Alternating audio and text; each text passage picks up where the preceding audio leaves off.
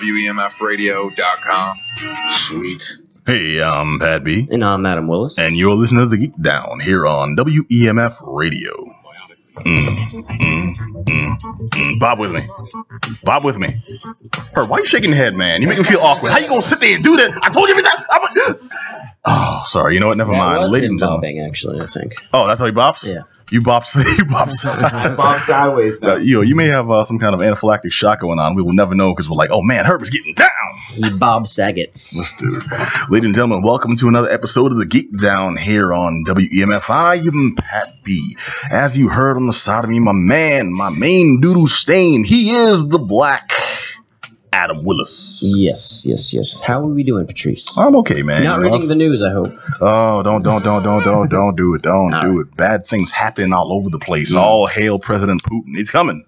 He's coming. It's gonna happen. It's only a matter of time. You're right. It's a bad scene, baby. But no, hey, we actually had good things happen this week, and we will focus on the positive. Mm-hmm. Yes, indeed.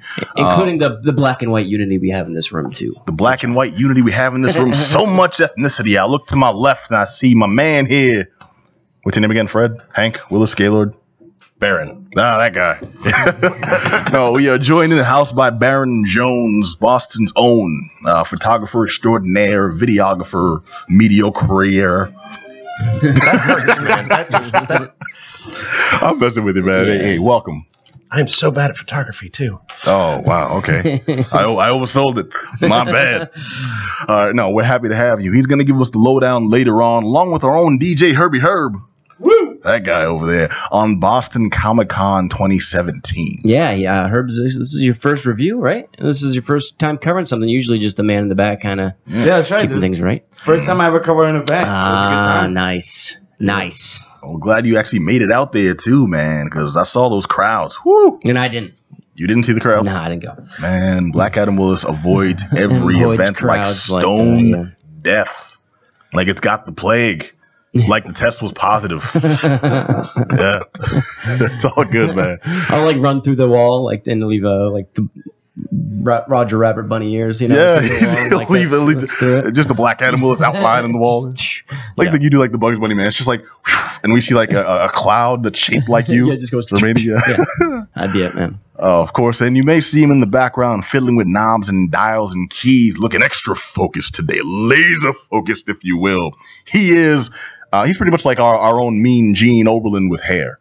I'm talking, of course, about Just Johnny. What? I mean, less talkative, I would say. Because Mean Gene's got some gap. Talkative, yeah. Yeah, he's getting the mustache going on, though. I mean, that's getting there. Yeah. Is that all that's showing up? I try so hard to grow facial hair. We acknowledge you're working on it. You'll get there someday. I'm forever a little boy. Well, we can't all be DJ Herbie Herb. No.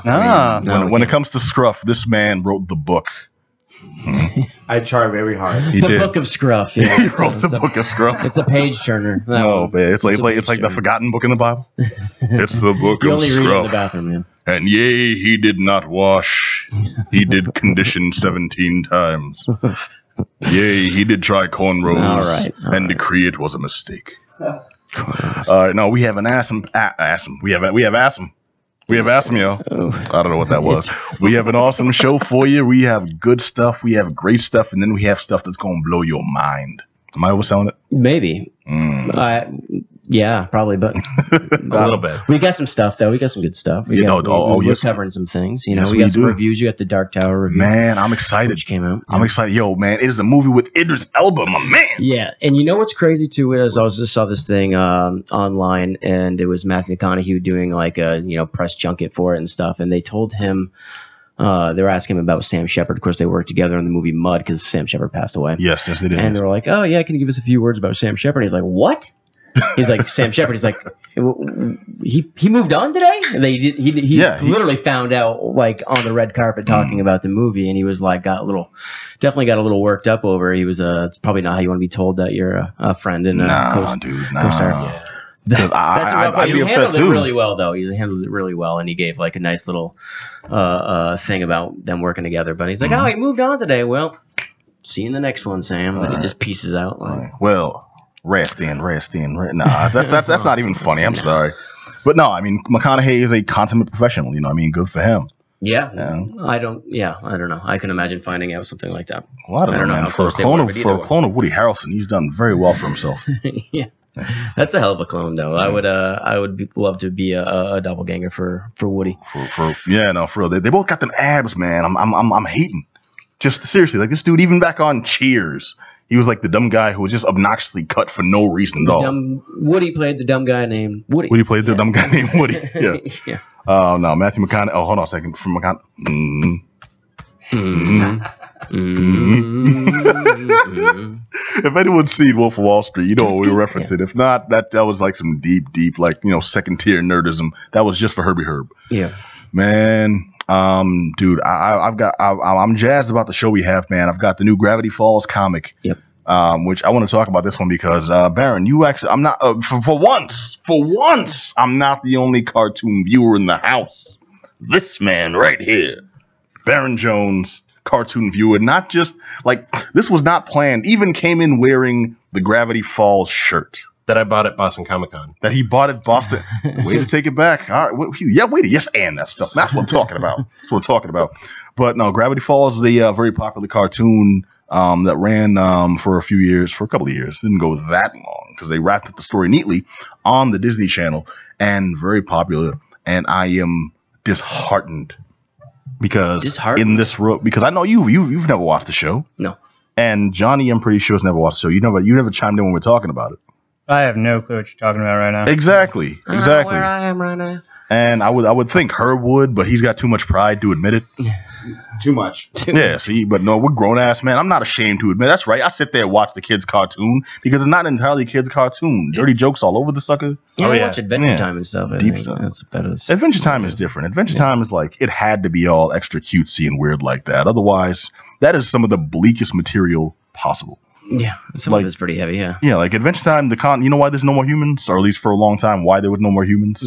Because Lady Rainicorn, a lovable character, who's the sentient rainbow unicorn creature, who only spoke Japanese and was very like cutesy and stuff, her people ate all the humans. Ooh. That's why they were for a long time. That's there was no friendly. Oh yeah, totally. I mean, bring my little brother there. It's like when they find him though, and he's like he crapped his diaper, and then he falls back in it. Yeah. And so no one will talk to him, and so he has gets anxiety every time he sits down to take a crap. Yeah, that's in the show too, which is I thought was so much in the show. I'm freaking what was it the elephant character Tree Trunks? Tree Trunks and her husband had to have a heart-to-heart conversation about her being polyamorous. On again the quote-unquote kids show. Yeah, this is not material I want my 7-year-old. I still don't know what that means. So yeah, what kids show or polyamorous? Polyamorous. Oh, okay. Well, I know what it means. Adam, we need to have a discussion. When two people love each other very much, and two more people love each other very much, and three more people over there love each other very much, and 7 people over here love each other very much, and they love each other together. How do we start talking about Gravity Falls? Yes, I'm happy that for once, this is a thing. I am not the only one in here that is like familiar with a property that I thought was really popular, and these guys have no idea. Now, mind usually he goes off on Star Trek for like a half hour by himself. Star Trek is the shit. We gotta let him. No, I'm not putting it down. I'm just saying you gotta exercise that geekdom yourself. Man, okay, first of all, this man knows more about film than anybody I've ever met, and he's gonna call me out on I wasn't calling you out. I'm saying you gotta have that. I just can't balance you out because I don't know as much. I'm just saying I'm glad someone else is here for you so you can kind of, both appreciate it out loud together. All right. I will say Star Trek made films too, though, man. They did. They made a lot of bad films. They did. Well, I'm sorry, man, but no, I'm not. I am right there with you. Only the even ones are good, isn't that the old? Well, Mix will fight you. The even ones. Mix will fight you. I myself say Star Trek 2, Wrath of Khan, sure, and then the 2009 Star Treks, the later Star Treks. Those I dig. I'm sorry. The second one was abysmal. What? Into Darkness? Into Darkness was a little too raw. What they should have done. Okay, back me up because I feel like I'm talking to someone who knows their stuff now.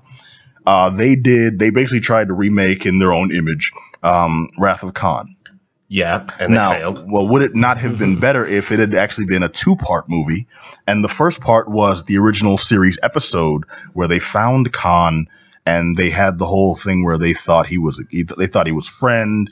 They were going to work with him and get his people settled, etc. The reason for Wrath of Khan, have that be the first movie, and then the second movie can probably be Wrath of Khan fleshed out and developed, because now you have an understanding of the character, and they don't have to ham-fist a lot of unnecessary Benedict Cumberbatch. Khan, basically. Exactly. Yeah. Bandersnatch Cardamom. It was that guy. He played somebody. I don't know who he played, but it wasn't Khan. He played John Hamm. And I would have liked if he played John Hammond from Jurassic Park in a dual role. Yeah. But no, do you see what I'm saying? Good, bad, off just not doing that character at all, though. Like, I would say well, they had because when you try to take on Khan, like you set the bar so high for yourself, and you have to hit that. Yeah, even the layman, though, knows that character, so I think that's what they're going for, like a broader thing. I don't think they did it well at all. I'm with you there, but they had to have at some point somebody yell, yes, and a guy with like this just barrel-chested red cleavage. Yeah, that's the sex appeal. They didn't get any of that. Benedict Cumberbatch does not have large enough pecs. I don't think so. You don't think so. We don't think so. Half the role's pecs. Every female friend, every question. That's not fair. Every friend that I have that's oriented towards the male gender as romantic partnership loves Benedict Cumberbatch. Well, after they're done making fun of his name, they will attest that he is a sexy man. Granted, he's not The Rock. Benedict Cumberbatch is not The Rock. He's still not Ricardo Montalban. No. Honestly, having seen Ricardo Montalban in the Spy Kids movies, good looking, but still just this old ass grandpa. You can't go home again. There's Robert Rodriguez film. Robert Rodriguez. Yo, have you checked out anything on that El Rey network, man? No. The El Rey network is it hard or what? It's doing interesting stuff. And there is no like FCC regulation, F-bombs left and right at the SC, everything. And they don't FCC don't touch that. Yeah, man, they don't give a flying monkey fighter. It is just extra special. It's hard then. All right, I'll have to check that out. Yeah, but dude, let me jump right into it, man, because for some reason my phone's doing a thing here and I can't get to the description proper like. But I want to talk about Gravity Falls, the shorts. Perfect. This is a new comic series that's out from Disney. And it's available now, actually. It's still in the current run, where you can get a few of the last issues. I think they're up to number 4 now. And like I mentioned Gravity Falls before, the TV show. If anyone doesn't know or is unfamiliar, I'll keep it pretty simple. It's the story of Dipper and Mabel. These are two kids who are staying with their grand uncle, Stanley Pines, also called Grunkle Stan. And their adventures in his wooded community. How do you wooded? Yeah. Wooded community. Okay, his wooded community. They live in the sticks, man. It's on a mountain. Are out there. They're borderline supernatural. Not even borderline. No, they're supernatural. Yeah, because this town is like the center, the forefront of all types of weird things happening, and a lot of it's detailed in this mysterious book, which is the only guide they have to some of the weirdness happening. And that's where the mystery of the show comes in. Otherwise, it's the wacky misadventures of these two twins, Dipper and Mabel. Funny show. I like it. Mm-hmm. Humor can be appreciated by both kids, by both adults. So I was really jazzed when I found out that there's a comic series coming out that's going to feature these characters and what I hoped was following stories. It's called Gravity Falls Shorts. And what I found out that meant is during the seasons of the TV show, they did a series of little shorts, quick vignettes to show, hey, this is what the characters do when they're not doing these direct storylines. Just small missions or little quirky things around the town.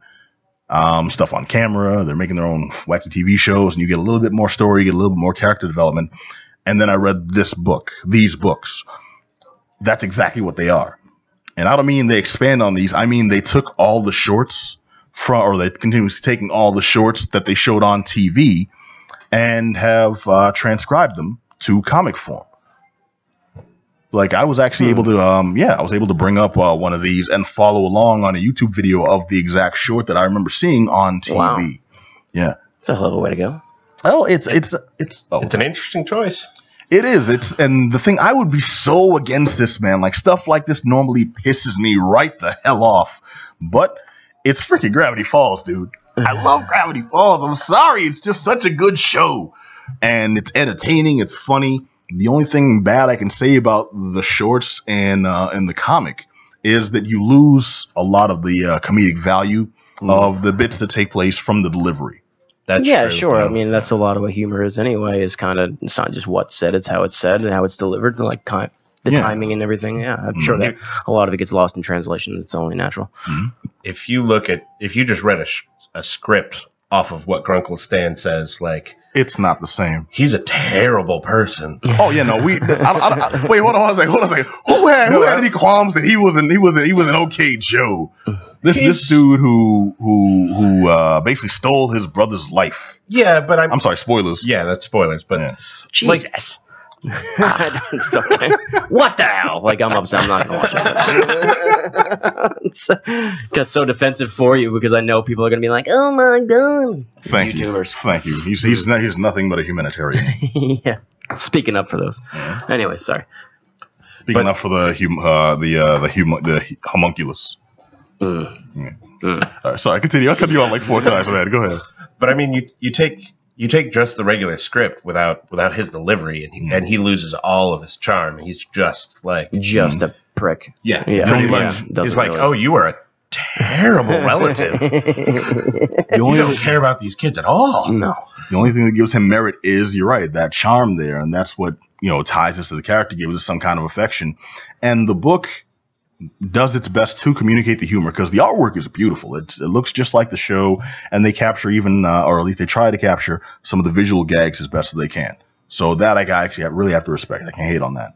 But I mean, as someone who knows the show, and I don't even know it backwards and forwards, I myself am a fan. I have friends that are super fans that are quoting things left and right that are just putting me to shame. But you're going to be familiar with some of the funnier bits, and when you see that on paper, it loses some of the effect, man. Some of that charm is lost in translation. Oh, it hurts. I really just like reiterated everything you said because it's that deep. Yeah, no, it's just an interesting way to go. Why wouldn't they come up with original stuff? You know what I mean? I mean, we were debating. It seems like a probably. I mean, I don't know if it's safer is the right word, but it seems like you would be able to do more. You know what I mean? So like instead of just losing something in the translation, you could kind of just build it up from those characters on the page. Yeah, that'd be great if they did. Sounds like a cash grab to me. They already have the story already plotted out and everything. So just copy and paste is what you're doing, right? It's pretty much line tracing, right? What's that terminology that they did for Cinderella or whatever, Beauty and the Beast, where they just line trace? Rotoscope. Rotoscope off of the video that's already done. Richard Linklater's animated rotoscoping he did. Or take a frame. That takes so long though. That's not cheap if it's actually a rotoscope. That's so many hours. Yeah, Cell Animation does that. It's not cheap. I think it saves in man hours. Like they pay more to work people less. And I mean that's me talking out of my butt, man. I can't say for sure. No, it's certainly an efficient technique. But what I'm saying is, sounds like they cheaped out on getting a unique story, sort of written out, storyboarded out, and going that and just did sort of rehash the same stuff in order to double dip on their fan base. Maybe. Oh, double dip? Was that a pun? Double dip. It is if you think it is. So. Oh, you killed. Okay, inadvertent puns here on the subject. Yeah. All right. No, you're right though. You're right. My only hope for it is that maybe they were just feeling like seeing if there's an audience for a comic. Yeah, it's a good way to test the waters, I guess. You know what I mean? I don't know how it's doing, but well, I do feel like there definitely would be.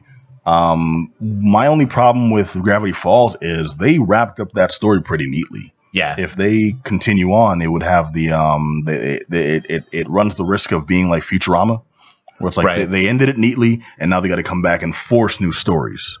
So it's like you can see the effort in trying to make something relevant. Futurama ended perfectly too. It ended perfectly like 4 times, man. Yeah. It's like nice.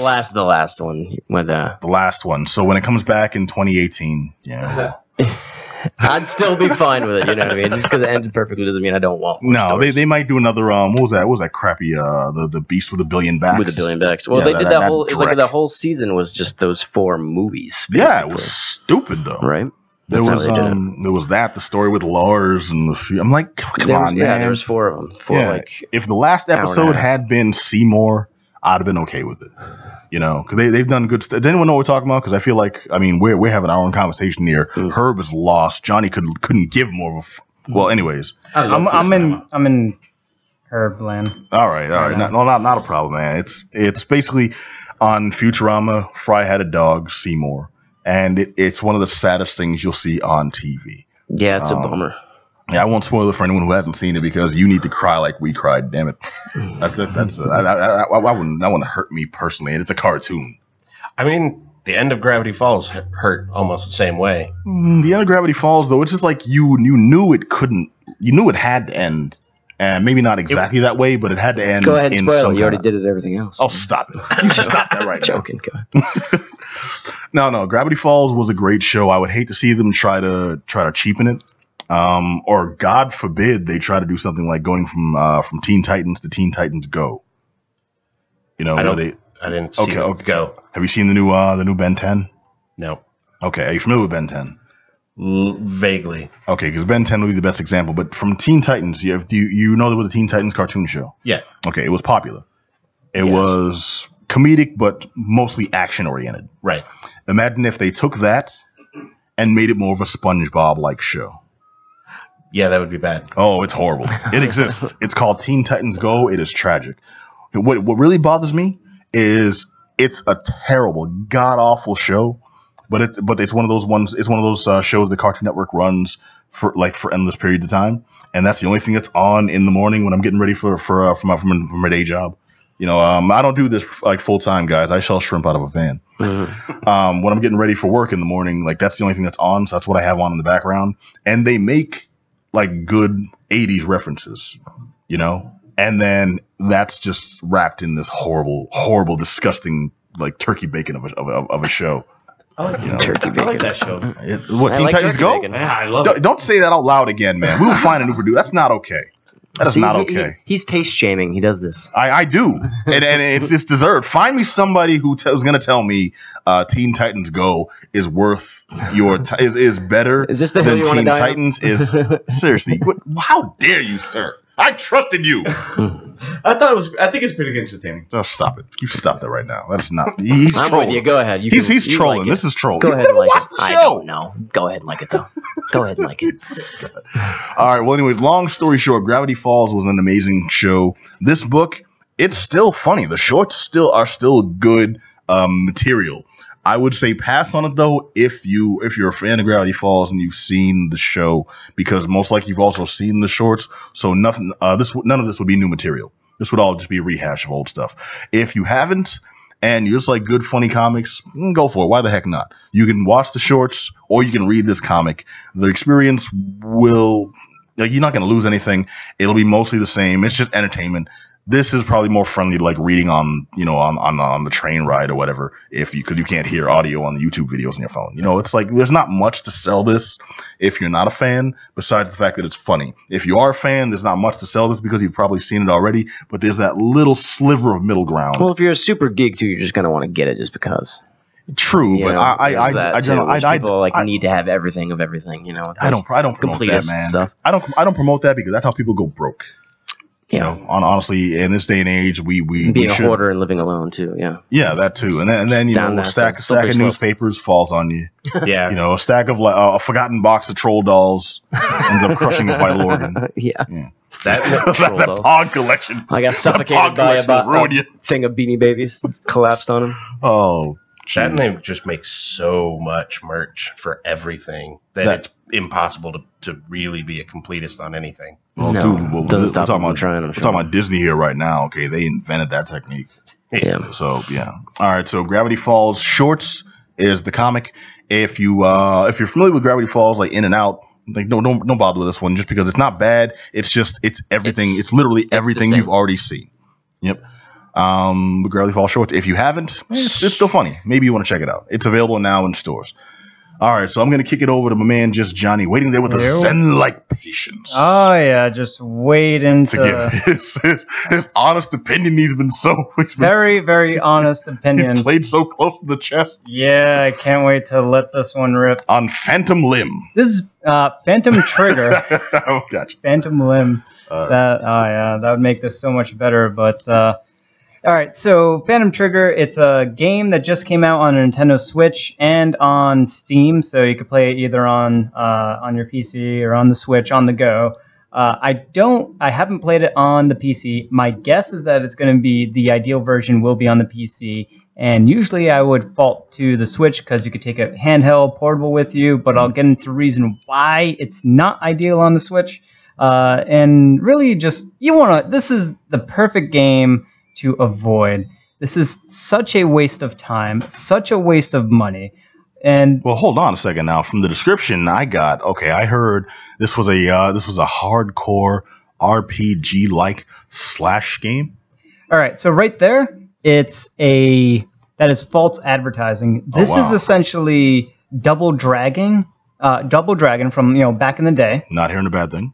Except it's slightly dumbed down on mechanics. It's even simpler on mechanics. It's not as in depth. They gave Double Dragon the Teen Titans Go treatment. All right, so you know how you level up and you get skills in Double Dragon and stuff like that. Yes. No. Yeah. Double Dragon? Maybe it was Double Dragon 2. One of them you did, yeah.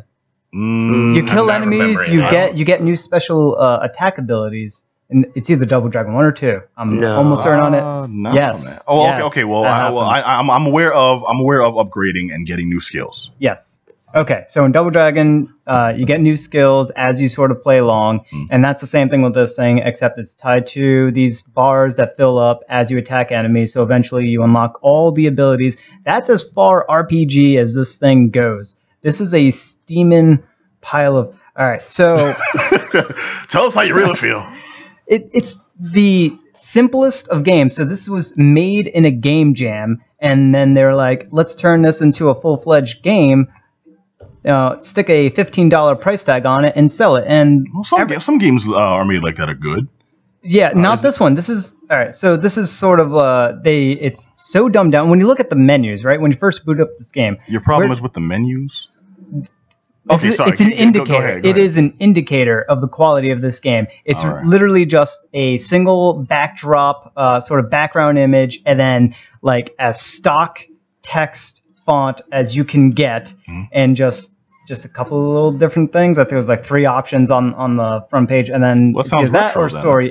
It's not so much a retro thing. Retro has more class, more style, more aesthetic appeal than this thing. Now, the visuals Johnny of this game... is not a fan of the color scheme. Let's just get that right away. It's just the presentation. It screams cheap, half-butted. Okay, so it seems like there was a lack of effort in creation. Yes. Which... that would taint the experience. You're right. Yeah, so taint.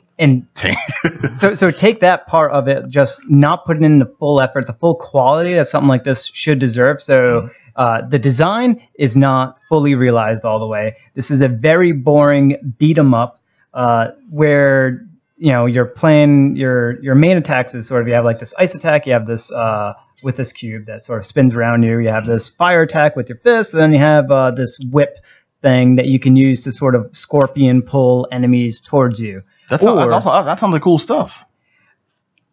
It is, except it's repetitive, right? So the environments themselves do not change up. The enemy variety does not change up. So I'm not fighting like 15 guys with like various colors of the radiation symbol on the back of their jackets, and then a guy or girl, or possibly a trans, or maybe it was a guy and is now a girl who's gone full transformation. It's just that you're going to... Named Dangerous Beverage.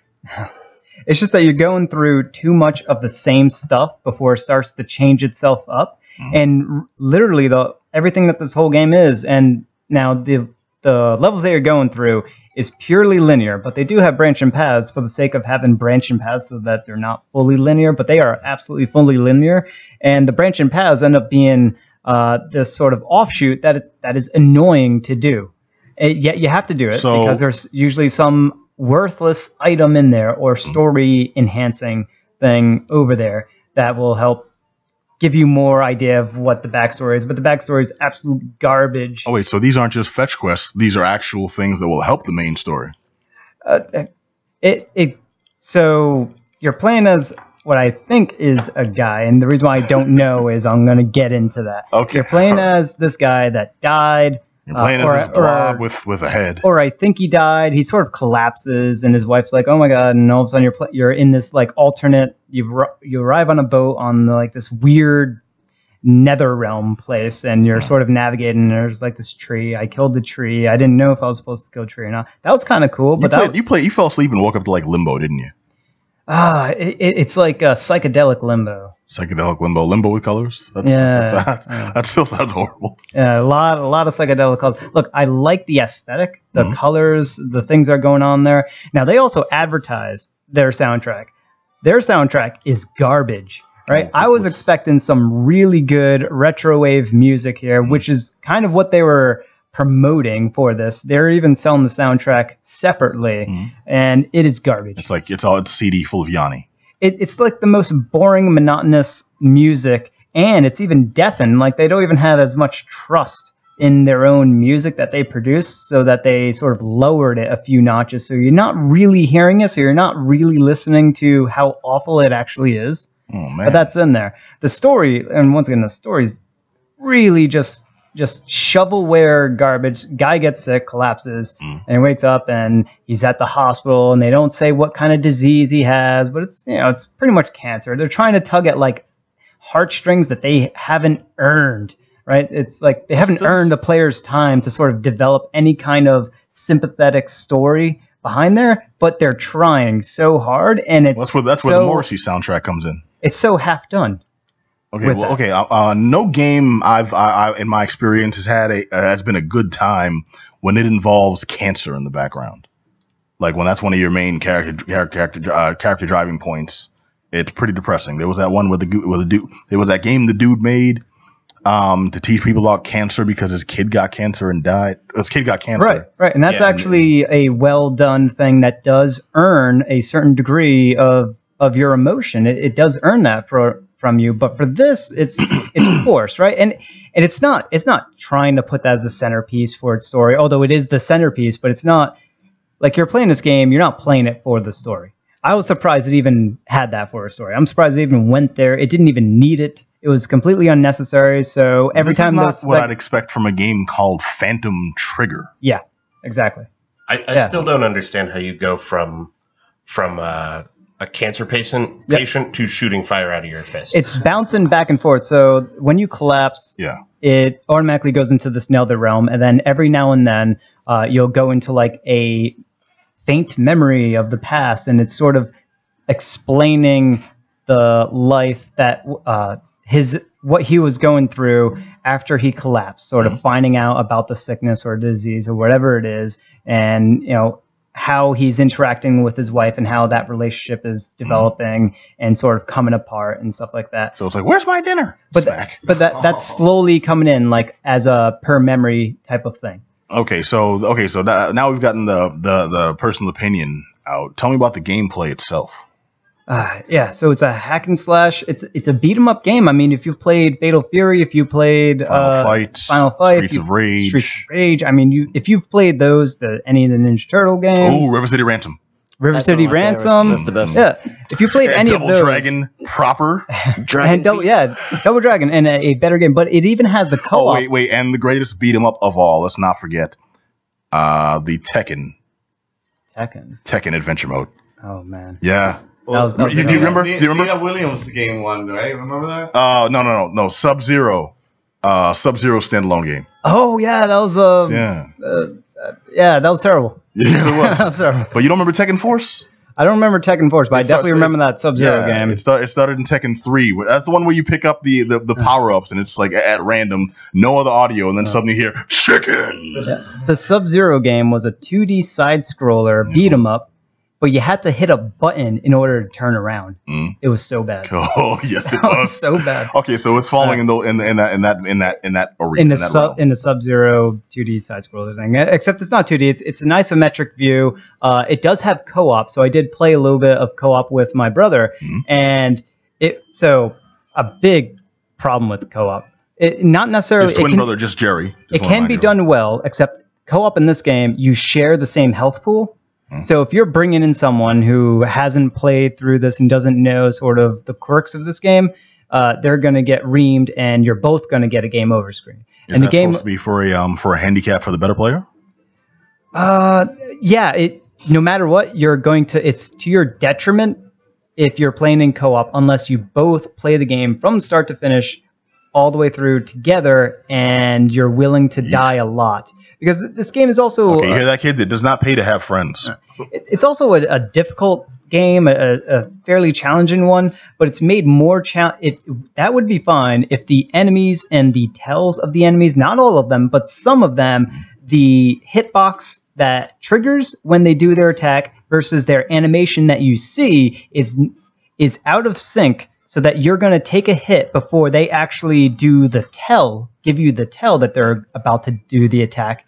Stuff like that will happen. So it throws you off, so you're not able to sort of react as fast as you thought you would have normally, because the animations are off, because the hitbox is off, because it needs so much more polish. This is a game where they came up with a demo, they polished up a demo. This is sort of like a beta version of the game. Now, this also has bosses, and I got up to boss, killed him, and there was like a little bit of a puzzle element to it. It was kind of cool. And then immediately after, game crashed.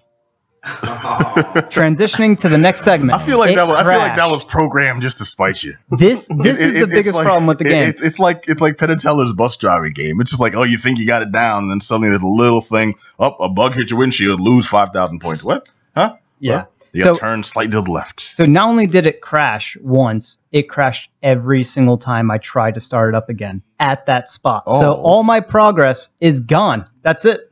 Well, nothing I can do about it. This was on the Switch, because on the if it was on Steam or something, I could see a. This was on PC Switch, yeah. Damn. So I mean, is it possible you just got a faulty cartridge? No. This is digital. Oh, well, this is digital. This is not a cartridge thing. This is not a hardware thing. This is a bad, under-polished, underutilized. I'm not saying that what they have here is. Did you pull it out and blow into it? Because that fixes everything. Yeah, I'll do digital breath onto it, and maybe that'll make it work again. All right. Okay. But yeah, there's something that might have been here in this game if they spent more time, more effort, and more design and made this a more interesting game. But this is just a rushed hack job. It doesn't deserve anyone's time at all. It doesn't deserve to exist on these shops. It is so bad that it is. People are going to look at this. How bad was it? It's boring. You don't want to play a game and be bored. That's like the ultimate sin. It's just boring. You buy a game because you want to have fun. Mm-hmm. This was boring. All right, I'm sorry, man. From the description, it did sound like this would have been a cool game. I'm sorry to hear it was less than satisfactory. I think we'll all live.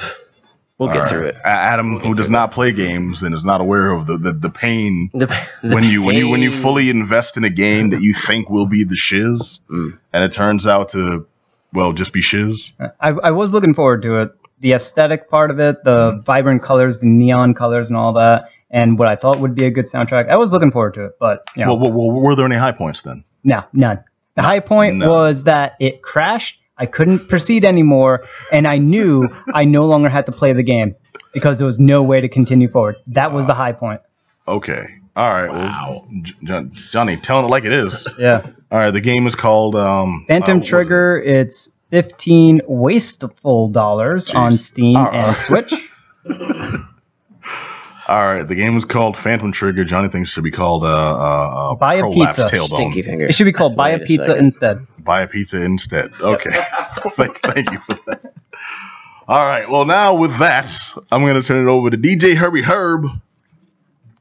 Yes. Hey, everybody. Hey, and our own in-guest house. You're the house in the guest. Yes.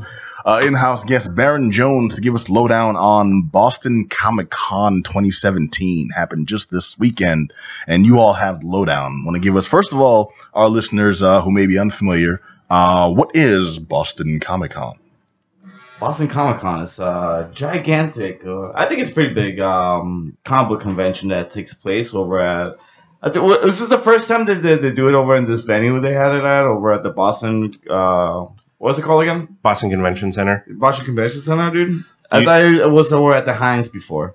It used to be at the Seaport. this is the first year that they moved from the Seaport Convention Center to the big Boston Convention Center. That's where they have PAX too. Yeah. Oh yeah. They moved into the PAX one.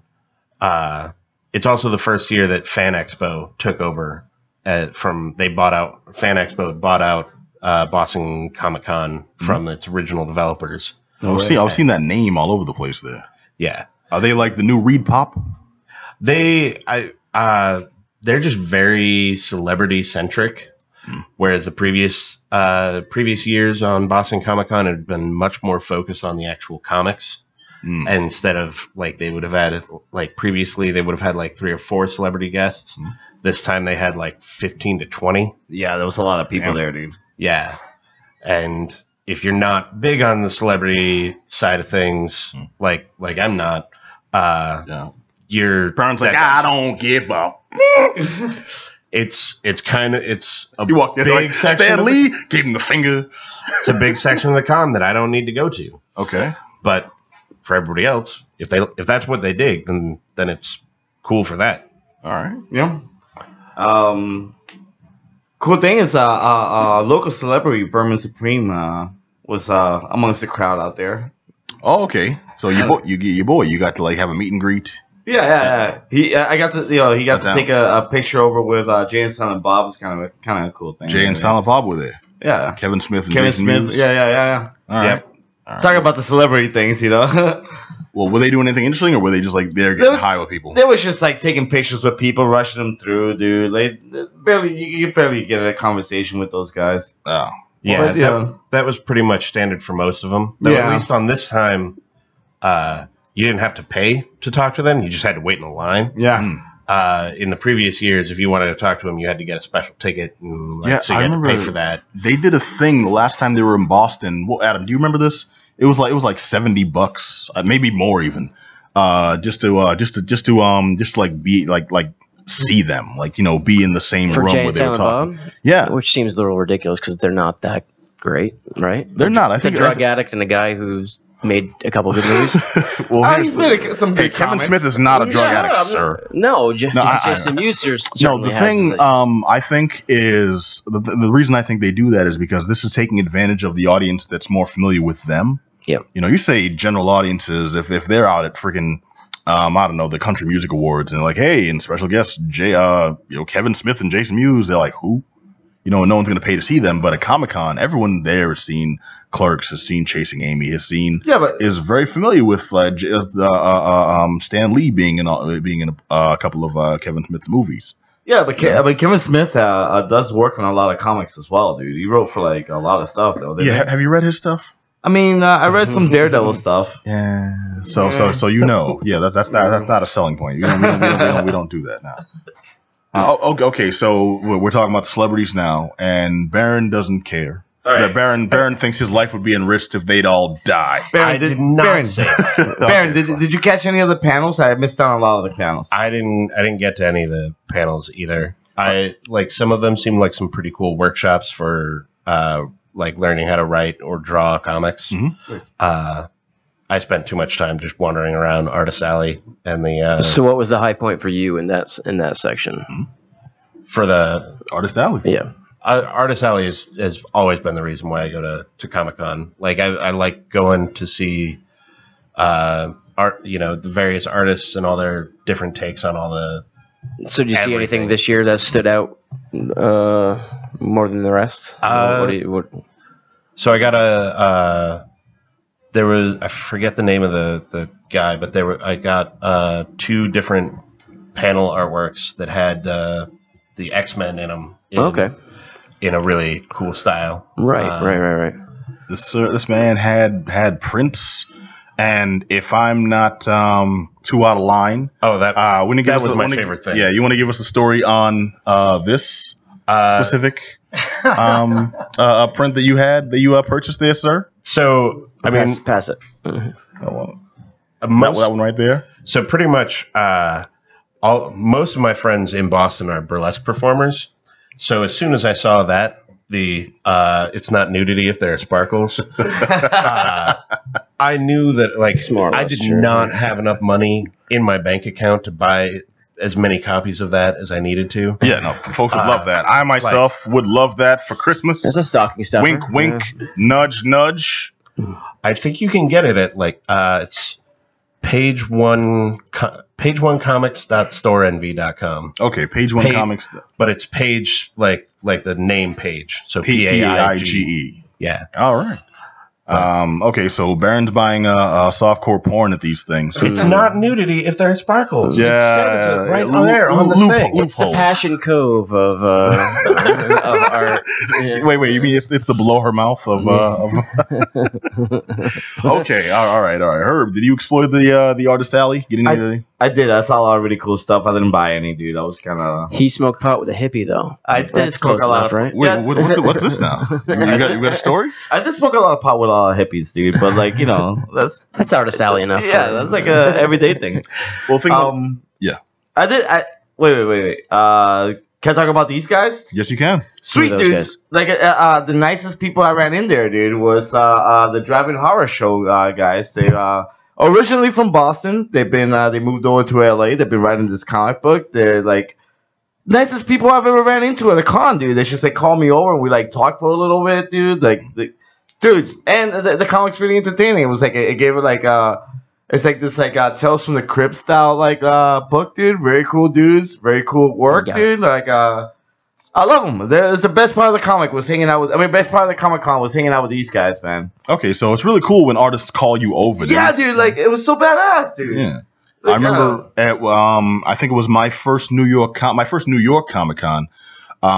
These dudes who first of all, it was an entirely black owned, black operated comic label, which they stuck out like a sore thumb. Everyone else on the floor was your standard, and nothing wrong with it, but your standard suburban cats. They've got a small booth with books. Hey, this is a team of friends. They're in high school and they find powers, or there's a team of friends, they solve mysteries, or this is a loner who has a mission of some such and is driven by this one thing. And this is like, nah, these cats are a hip hop group. They make music, and through their music, their powers activate, and they use this to, protect the city and try to, fight for justice. I'm like, okay, cool, a little bit of a different twist there. And I was drawn to them because while I'm roaming the floor, and I usually have my earbuds in to kind of drown out the general noise of, the crowd, and I'm hearing some hip hop, and I'm like, hold on, I haven't changed the song yet. What's going on? I pop it out, and you can just hear like the bass. So I followed the bass like a beacon. And I found they had this big ass booth, and they had like these huge speakers there, and they're blasting music, and they're like, these tunes are unique songs that we've written, performed, composed, and recorded. And we're selling this. This comes with the book. You buy an issue and you get this free disc. And these songs are supposedly the songs that the group in the book is making. And I'm like, yo, this was cool as hell. That's beautiful. That sounds freaking awesome. It was tight, man. It was cool. I met them. They called me over. We talked. They say, hey, you're pressed, man. It's like, yeah, can I talk to you guys? Because first of all, a black-owned comic label is a rare thing these days. Even with pioneers like Dwayne McDuffie, it's still a lesser seen thing in this day and age.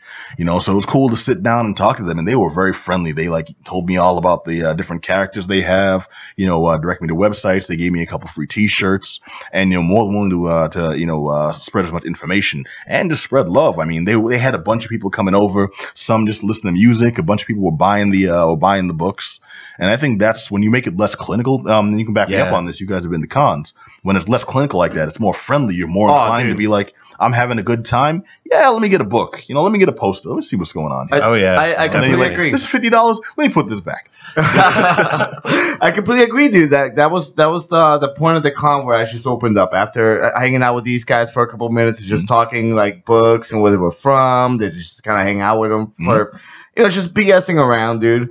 I felt like talking to everybody at that con, dude. And it was something I needed, dude. It opened me up, dude. We actually me and my crew from Social Conditionings, we hung out there way past the 9 o'clock or whatever they were closing, dude. When everybody was just kind of cleaning them out, we just kind of hung out there, dude. It was a good time, dude.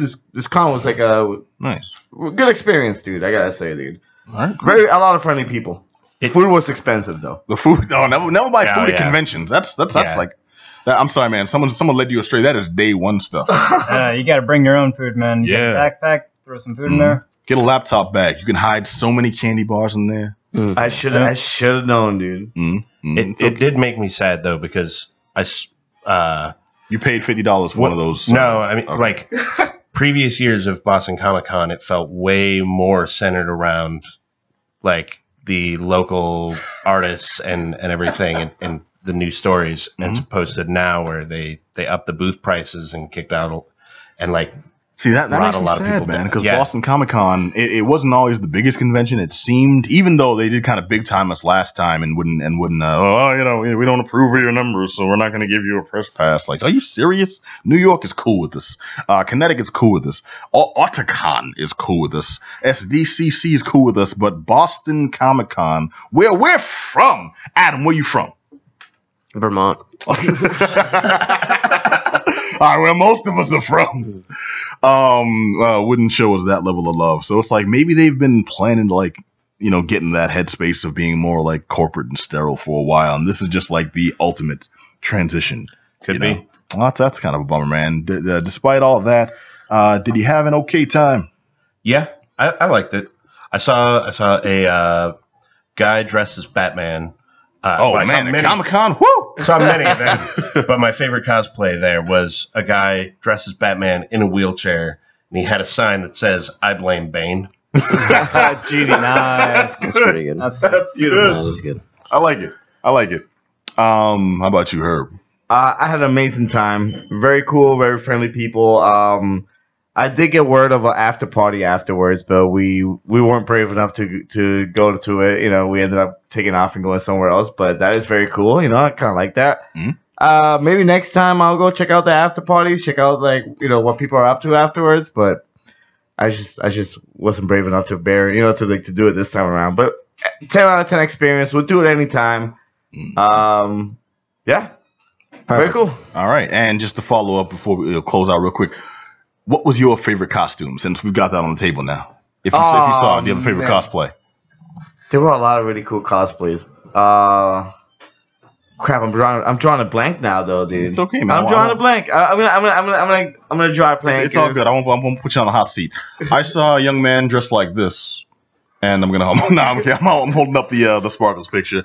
No, actually, this is from a few years ago. I know I didn't go this year, but this was. I saw a man dressed as Leeloo Dallas from Fifth Element. Wow, so you saw a dude just in bandages and a wig. Yeah, crazy. So, kind of like that. Man, if I had the gumption to if I had the figure to be able to rock that costume there. My favorite costume of all time was involved a wheelchair as well. This kid in a wheelchair dressed as Immortan Joe, and the wheelchair was like his rig. Nice. And it was being pulled by I don't know, his sister, his mother, some older woman, maybe his girlfriend, who knows? But dressed as one of the wives. And every time they walked out in front or jogged out in front, whatever, it looked like one of the wives being chased by Immortan Joe from Mad Max Fury Road. That's awesome. Yeah, it was freaking cool. Had like the face mask and everything. All right, we still have a few more minutes here. We may have to say goodbye to Black Adam Willis, though. This man has places to be, and he's too important. Got to get out. But I wish I could talk to you about this review, but I guess I'll just have to go and watch it myself. Yes, you will, my friend. I want to get your thoughts specifically, and we'll do a longer deep dive into it. But I want to first of all give this man a pound. All right. Good doing time with you, Johnny. High five. Yo, Herb. Thank you, sir. Peace. All right. And we are going to get into The Dark Tower, Stephen King's magnum opus. And these are my words. I'm grandiose as but no, these are his words. This magnum opus. Basically, The Dark Tower is like Stephen King's masterpiece. This is a huge collection of books. He started writing in 1970, and they finished. The last one came out in 2012. And each book the whole story supposedly ties in to all his other stories. The kids from it are reflected and affected by the events in the Dark Tower series. Doggone, I want to say the Langoliers because I'm stuck on the Langoliers. I love the Langoliers so much. It was a hell of a movie. It was Bronson Pinchot's finest. It's a cool name. The Langoliers? Langoliers. You've never seen the Langoliers? Langa. Oh, gee. All right, you need to see the Langoliers. And it is a TV movie that you can find just staying at home on a Sunday at any point, and it'll be well worth your time. It won't seem like it when you see like the premise and it's just people running around an airport, but it is highly worth your time. Is The Dark Tower worth my time? Absolutely not, my friend. Oh. You know, I'm sorry. I had high hopes for The Dark Tower. I didn't read The Dark Tower. I listened to the audiobook version, and I didn't realize that's what I was listening to. It was purely happenstance. At the time, I was moving out of an old apartment, and my girlfriend had left her CD collection there. And I had already disconnected like my PC and stuff. I didn't have any music to blast, and I've just got to unpack a lot of stuff before the morning, and I'm bored. TVs are unplugged, cable boxes are wrapped up and ready to go. All I've got is I've got my old boombox, and I've got her CD. So I'm looking through and seeing what's good there. This is a wonderful story. I love this. It was just pure. It was just random, and there's this collection. There's this collection of discs. It was the Dark Tower series. I'm like, okay, that's random. I feel like I've heard this name before, and I threw it on. And here's how much packing I actually had to do. I listened to the whole damn thing. Woo! Yeah, wow. It was like 8 hours of packing straight. It sucked, but it was the series, and I got familiar with the story, and I'm like, yo, this is long, drawn out, but damn good. Sounds like Stephen King. Long and drawn out. Oh, very much so. Have you ever seen the I was going to say The Tempest. Is it The Tempest? The Stand? The Stand, thank you. If you ever seen The Stand. Oh my god. Yeah, I love that movie. Yeah. That movie's terrible. The first I saw it on VHS, so it was I think 4 cassettes. Yeah. The first one was actually pretty awesome. Everything else after that was boring. It was like a dull snooze fest. Well, you probably fell asleep through it. It takes a weekend and a half to watch. Yeah. No, I did it all in one day. Oh, why would you do that to yourself? That seems cruel. Well, I mean, if it was good, it should have been great, right? You can sit through all of Star Wars, right? You could do Star Wars marathon. That's fantastic, right? The Stand, I don't break from meals and church. Did you ever check out the Marvel print? No. Yeah.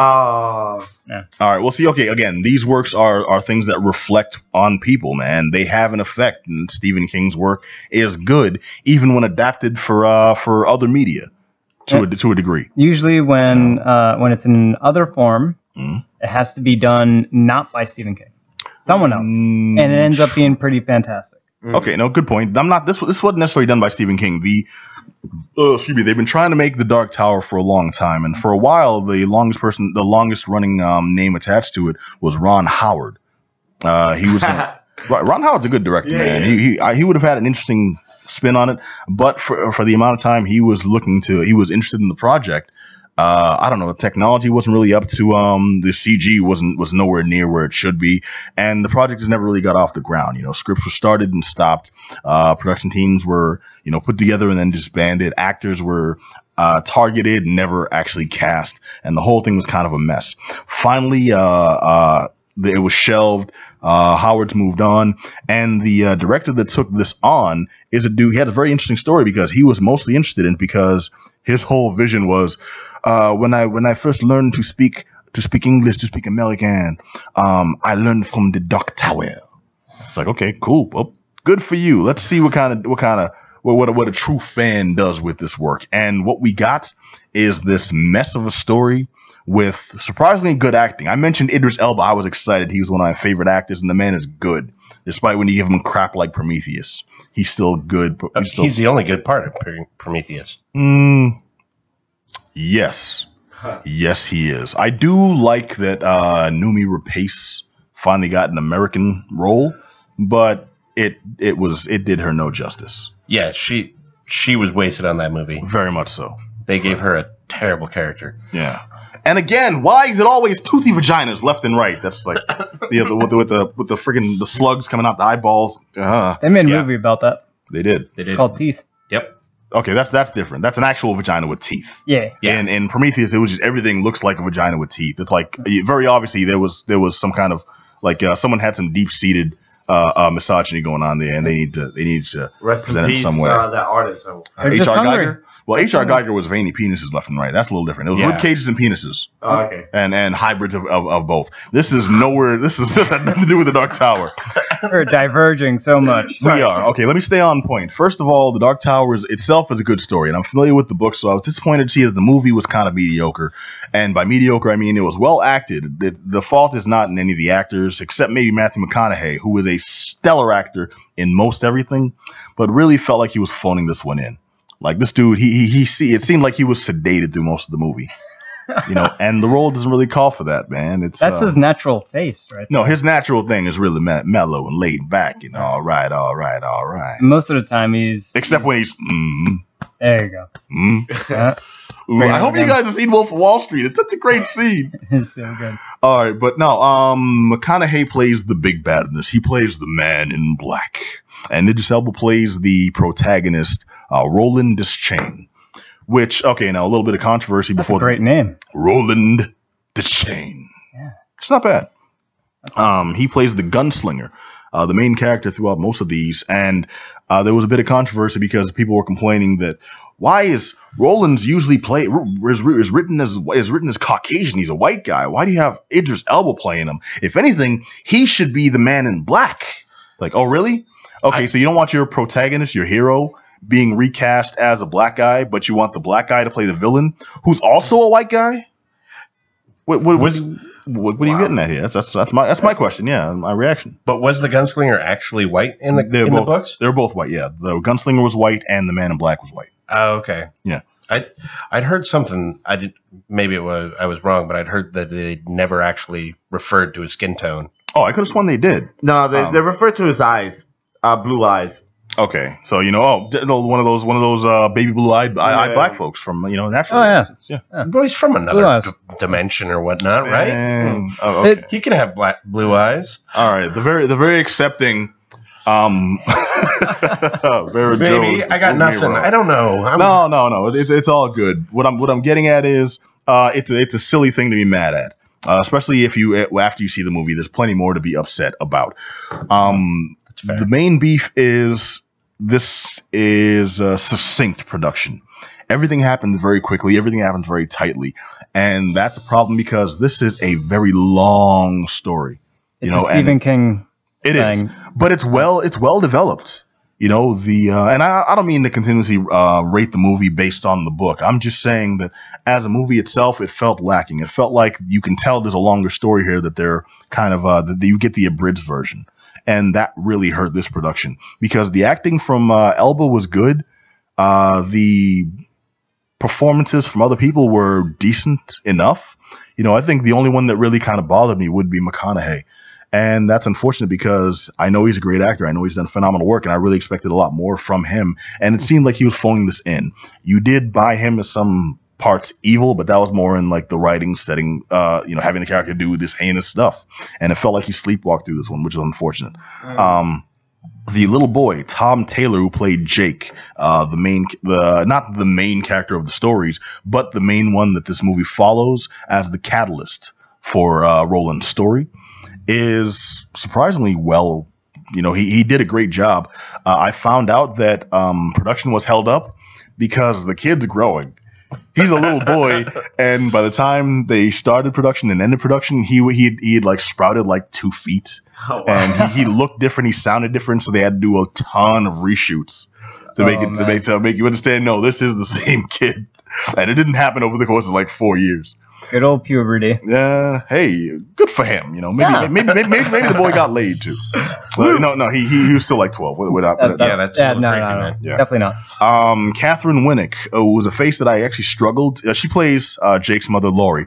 I struggled to recognize her because she did a good job, and I'm like, someone of this caliber. I feel like I've seen her before. From where? And I checked her catalog. She's done a lot of TV movies and straight to video, straight to Netflix stuff, which almost none of I've seen. And then I saw Bones. If anyone's seen Bones, you will recognize her as Holly. Talking about as Hannah. The TV series? The TV series. She is Hannah, the woman that Celie Booth dated for several episodes. Went nearly to 15 years ago. Bones or more. Bones just wrapped like last year, I think. Yeah, but they when ran did it for start? like Oh yeah, Bones ran like for a long time. Is that what you're talking about? Yeah, when it first started. Okay, yeah. I think I only watched like 2 episodes of that when it first appeared, and that was it. Okay, yeah, it was a very different show after that first season. That first season was like they were working out a lot of kinks, and they redesigned the character of Bones herself and the way the story played out. It was pretty good. I liked it. I followed it from beginning to end. But that's where you recognize her from. And the rest of the actors are kind of, I won't even say they're B, C-listers. They're people I've never really seen before, and they all gave decent performances. So the casting was still on point. The direction was mainly at fault here, because people that were placed in scenes that should have made you really feel, should have been gut-wrenching, should have really made you feel those emotional like hits, were just kind of like, there's no reason to care about these people. They're on, something happens, and they're off. Or they're on, they do something amazing, and you don't care. They're on, something happens that should affect you some way, positively, negatively, you get none of that. And it moves very quickly, so you don't even have time to reflect on it. Like, think back, like, you know what? That happened. Yeah, that was kind of ill. None of it. Which is a daggone shame, because when you have a director that has a story like, I learned a lot about myself from this movie, and I had the need, I don't know what accent that is, but he really felt a personal connection, so you're like, this is the person that's really going to give it their all. And you got a movie that it is a tight hour and a half. Yeah, I heard it was really short. Yes, it is. It is an hour and a half, and scenes that should be badass. There are a couple of cool effects, a ton of effects. Only a couple of them are really cool. A lot of the other stuff looks kind of mediocre. So is this a sequel to like the books? Is that what they're saying that it is, or is it like an adaptation? This is an adaptation of one of the first books. Oh, okay. This is you're introduced to Roland for the first time, and you find out about his mission. And you find out how the Man in Black fits in, and nothing else is really factored in. If you're a hardcore Stephen King fan, and I heard this, I didn't spot it for myself, I heard that there's a couple of Easter eggs in the backgrounds of some of the scenes that do tie in to other Stephen King works. Cujo, confirmed. Confirmed? Cujo? You saw I don't know. Cujo. I'm just saying, was there a dog in the back? Yeah. I don't know, maybe a rabid dog. If there was, you saw like a bit of fur, and then they moved on to a different scene. They were in a different city now. I was just joking around. No, Cujo is a terrible movie. Cujo's not a great flick, yeah. But what about the rumors that this might lead to a series on HBO? Oh, they were trying hard for it. Yes, they were. You could blatantly tell.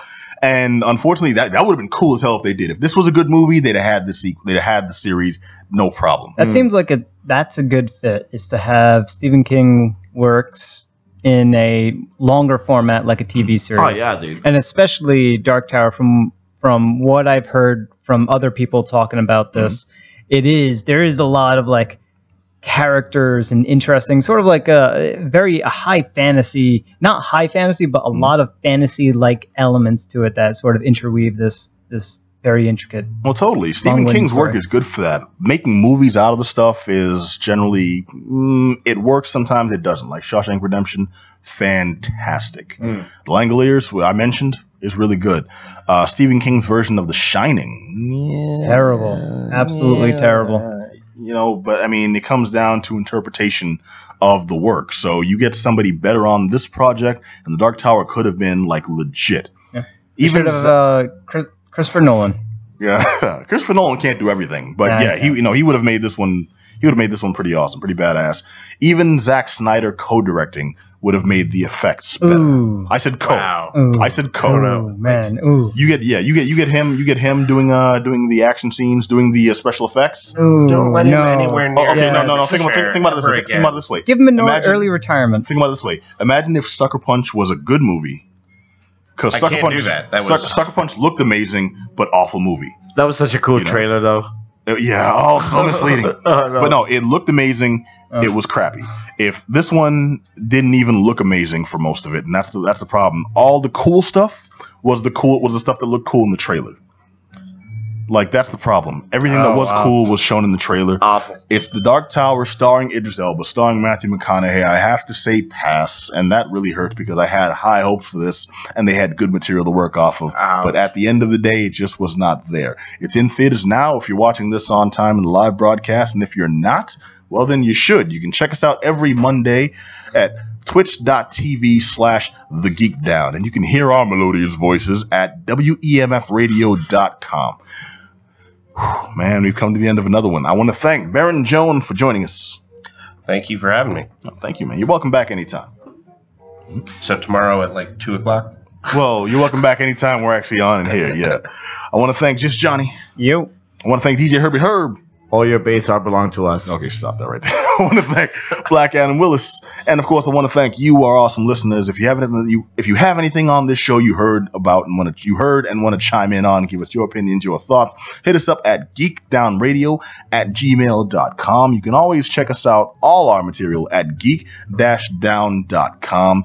And if you go to the contact section on the website, all our information is there for Facebook, for Twitter, YouTube, SoundCloud, the Twitch information. Again, you can find us, you can chat with us, let us know what's good, and keep up to speed with our antics. We'll catch you all right here Monday nights, 9 p.m. next week. Same bad time, same bad channel. Until then, be excellent to each other. Peace.